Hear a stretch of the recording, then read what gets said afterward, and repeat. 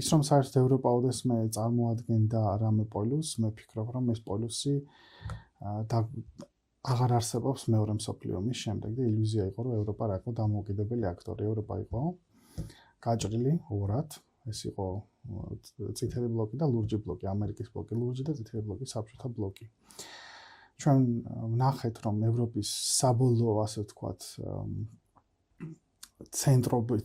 ცენტრობაზე სურვილი დაასრულა 1950-იან წლების სუეცის არხის კრიზისმა, როდესაც საფრანგეთმა და ბრიტანეთმა ისრაელთან ერთად გადაწყვიტეს სუეცის არხის ოკუპირება ეგვიპტის ეროვნული მთავრობის ნასერის წინააღმდეგ. და ჩვენ ვიხილეთ, რომ ამერიკის შეერთებულ შტატებმა და საბჭოთა კავშირმა, ასე ვთქვათ, კუთხეში მიაყენეს ორივე და უთხრეს, რომ ევროპის ძველი იმპერიების დრო დასრულებულია და ახლა სხვანაირი თამაშის წესები არის. ამის შემდეგ, ფაქტობრივად, მიუხედავად იმისა, რომ მაგალითად შარლ დე გოლი 60-იან წლებში ცდილობდა, რომ ასე ვთქვათ, ნატოს საერთო მართვის ცენტრიდან გამოვიდა საფრანგეთი, მე დაბრუნდა ისევ საერთოდ ცდილობს ევროპა, რომ შეინარჩუნოს, ასე ვთქვათ, რელევანტურობა.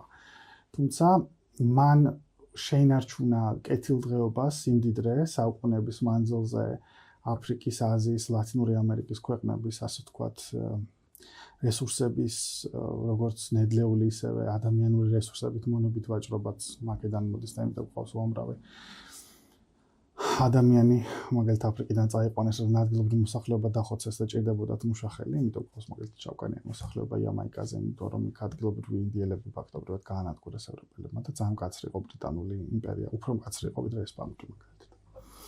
მოკლედ, ეს კიდეც ცალკე თემა არის. რაც შეეხება ამ მოცემულობას, მე-20 საუკუნეში ბრიტანეთი ნელ-ნელა, ასე ვთქვათ, მისი ძალა დაილექა.